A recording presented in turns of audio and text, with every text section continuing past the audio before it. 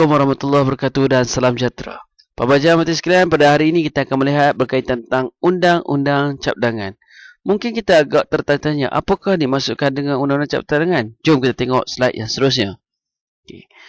Cabdangan ialah satu tanda yang dapat membezakan barangan dan perkhidmatan daripada seorang peniaga dengan peniaga yang lain. Dan cara untuk melihat cabdangan itu boleh melalui perkataan. Seperti yang terdapat di sini, Nokia, Sony, boleh dalam bentuk gambar seperti mana cengkerang yang ada di sini, iaitu shell. Boleh juga di antara kombinasi perkataan seperti telekom dan juga kabel telekom di sini. Itu adalah kombinasi perkataan. Cabdangan menggunakan Akta Cabdangan 1976, di mana akta ini juga disusuli dengan Peraturan Cabdangan 1997. Pindaan 2001. Cabdangan sebelum ini dikenali dengan Ordinan Cabdangan 1950, Ordinan Cabdangan 1949 dan Ordinan Cabdangan 1957 yang terkenal di Semenanjung, Sabah dan Sarawak, dan ia bertujuan untuk melindungi hak eksklusif kepada pemilik cabdangan. Dengan secara tidak langsung, cabdangan ini memberikan fungsi kepada pembeli membuat pilihan terhadap kualiti dan juga harga yang ditawarkan. Baik.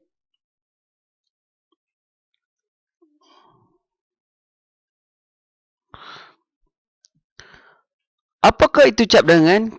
Ia boleh dilihat melalui Seksyen 3 Subseksyen 1 Akta Cabdangan 1976.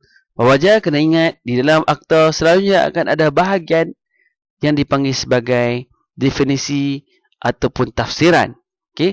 Cabdangan yang digunakan dan dicadangkan untuk digunakan berhubung dengan satu barang atau perkhidmatan bagi menunjuk wujudnya suatu hubungan perniagaan antara barang itu dengan tuan punya berhak menggunakan cabdangan tersebut, sama ada dengan menunjukkan atau tidak identiti orang itu.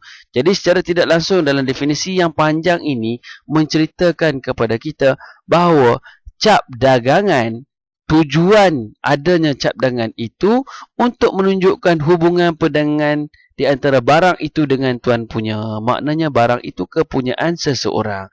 Dan cabdangan itu boleh jadi suatu tanda. Jenama yang selalu kita dengar. Dalam bentuk tanda tangan juga boleh jadi. Perkataan yang biasa macam saya sebutkan tadi, Sony, boleh jadi dengan satu huruf. N, O, P, okay, atau angka 7-Eleven atau gabungannya. Okay. Seterusnya, dalam slide yang seterusnya, kita juga dapat lihat berkaitan tentang pindaan yang telah dibuat di dalam bahagian tafsiran, iaitu memasukkan cap perkhidmatan dalam sudut pengiklanannya, telekomunikasi dan segala yang dinyatakan di bawah jadual ketiga. Kenapa wujudnya cabdangan ini? Apakah tujuannya? Yang pertama sudah pastilah menjaga reputasi dan nama baik pemilik cabdangan tersebut. Maknanya untuk menjaga reputasi dia, good faith, nama baiknya, dan juga mengelakkan kekeliruan di pihak pengguna atau pembeli. Jadi pembeli nak elak keliru dari sudut harga dan kualiti, maka itu perlu wujudnya cabdangan. Cabdangan juga mempunyai fungsinya tersendiri. Dia ada fungsi asal, iaitu nak menunjukkan sumber yang bertanggungjawab mengeluarkan. Siapakah yang mengeluarkan? Itu fungsi dia bila ada cabdangan. Kualitinya, iaitu dari sudut jaminan kualiti. Sebagai alat pengiklanan. Bila dah ada satu cabdangan tu, dia boleh diiklankan. Dan sudah pasti sebagai fungsi ekonomi. Di mana cabdangan yang telah lama bertapak di pasaran menjadi sangat bernilai. Seperti mana yang ada di Malaysia. Outlet KFC. Disebabkan lamanya dia bertahan, itu menunjukkan bahawa begitu hebatnya kualiti dari sudut perkhidmatan. Okey, cabdangan boleh didaftarkan berdasarkan kepada Seksyen 10, Seksyen 1 Akta Cabdangan 1976. Apakah syaratnya? Mestilah sama ada orang persendirian, syarikat dengan cara yang khas. Ada tanda tangan untuk menunjukkan hitam putih. Mesti dinyatakan nama cabdangan itu sama ada dengan satu ataupun beberapa perkataan. Dan perkataan itu selalunya tidak berkaitan tentang geografi dan menghuraikan kualiti barang. Dan selalunya juga Di dalam cap dangan itu adanya tanda-tanda distinktif, iaitu tanda-tanda untuk membezakan di antara cap dangan yang lain. Seterusnya, penentuan distinktif itu boleh dilihat dari sudut cap dangan yang boleh membezakan dan berupaya untuk menjadi berbeza. Bagaimana untuk kita lihat penentuan ini? Mari kita lihat kes SmithKline French Laboratories lawan Sterling Winthrop Group. Di mana dalam kes ini faktanya berbunyi wujudnya permohonan untuk mendaftar warna pada sarung kapsul. Jadi isunya di sini ialah bolehkah warna pada sarung kapsul itu didaftarkan? Maka menyatakan bahawa warna itu boleh didaftarkan jika ia dapat dibezakan, distinktif. Dan distinktif ini tujuannya adalah untuk mengelakkan kekeliruan dan penipuan dari sudut undang-undang. Baik, wujud juga cap-cap dangan yang tidak boleh didaftarkan. Antara dia ialah cap dangan yang bertujuan untuk mengakibatkan kekeliruan orang awam atau bertentangan dengan undang-undang. Contohnya cap dangan aku suka bunuh. Itu satu yang bertentangan undang-undang. Ataupun mengandungi perkara skandal. Dia beritahulah nama-nama skandal yang ada di Malaysia ataupun luar negara. Ataupun boleh memperjudikan kepentingan keselamatan negara. Sebagai contoh, syarikat ataupun sebagai contoh nama trademark dia ialah Malaysia negara teroris. Itu satu benda yang memperjudikan keselamatan negara. Ataupun menyerupai mana-mana cap dangan yang terkenal di Malaysia. Contoh dia buat yang semacam KFC, cuma font lain. Itu semua tidak dibenarkan. Ataupun menyerupai dengan hampir sama dengan cap dangan terkenal tapi barang yang berbeza. Macam saya kata tadi lah. Okay? Kalau syarikat itu mengeluarkan pakaian, mungkin dia buat nama yang sama tapi mengeluarkan makanan. Okay? Antara lain yang tidak didaftarkan, ada petunjuk geografi. Contoh dia yang boleh mengilukan. Contoh dia gamat di Langkawi, Gambir di Sarawak, tapi ditukar. Okay. Gamat di Sintuk, Gambir di Changlun, tidak dibenarkan. Okay.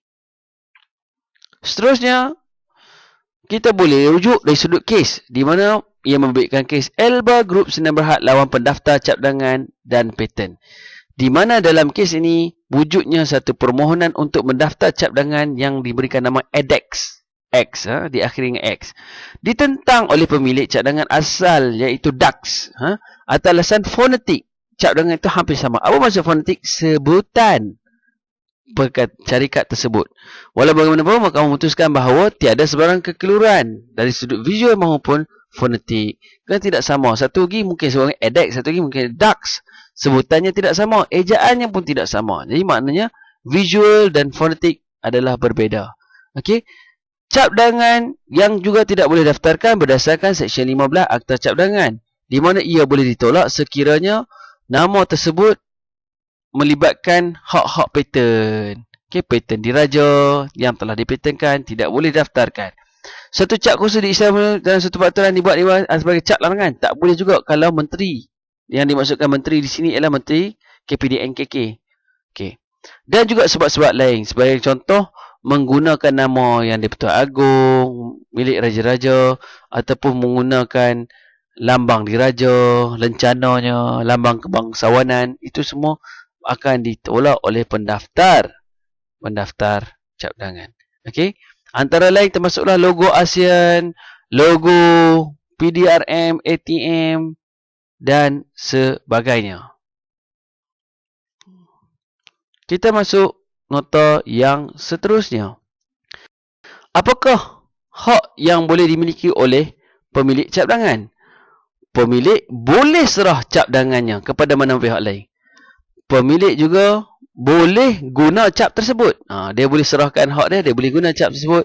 Dan jika ada dua atau lebih pemilik pendaftar, setiap seorang dianggap sebagai hak yang serupa. Sekiranya pemiliknya ada 3 orang, maka 3 orang itu mempunyai hak masing-masing. Dan pendaftaran bagi cap dangan di Malaysia hanya terpakai di Malaysia sahaja. Manakala sekiranya berada luar negara, maka ia kena buat permohonan secara berasingan ke negara terbabit. Berapakah lama perlindungan diberikan? Perlindungan diberikan untuk tempoh 10 tahun dari tarikh permohonan dan boleh dipohon setiap 10 tahun. Maknanya pada tahun 2010 dia buat satu cadangan, maka dia akan expired pada 2020, maka dia boleh mohon lagi untuk tempoh 10 tahun. Okay. Bagi maksud pelanggaran, jika bukan pemilik berdaftar guna cadangan yang serupa atau hampir menyerupai sehingga boleh memperdayakan atau mengikut kegagalan dalam perangan melalui cara berikut, menggunakan sebagai cadangan, menggunakan cadangan untuk tujuan untuk dirujuk penggunaannya, maka itu semua boleh dianggap sebagai pelanggaran. Dan pelanggaran ini juga boleh dilihat melalui satu kes, iaitu J.S. Stadler and Nader lawan Sons Enterprise yang Berhad.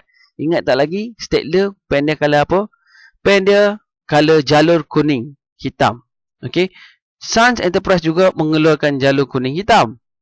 Cumanya berbezanya pada perkataan Nikki.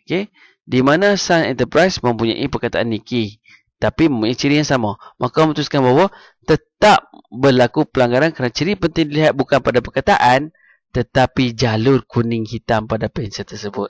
Sebab jalur itu telah diberikan satu perlindungan. Oleh demikian, sekiranya berlaku sebarang pelanggaran, pemilik berhak untuk membuat perintah penyerahan barang langgaran, iaitu barang-barang yang tadi yang hampir sama diserahkan. Perintah injansi iaitu satu perintah yang dipohon oleh pihak plaintiff untuk menghentikan sebarang bentuk penipuan, kekeliruan dan sebagainya, ganti rugi akibat kerugian dan juga pelanggaran, serta pengisytiharan pelanggaran. Jadi itu saja untuk topik kita pada hari ini, cadangan.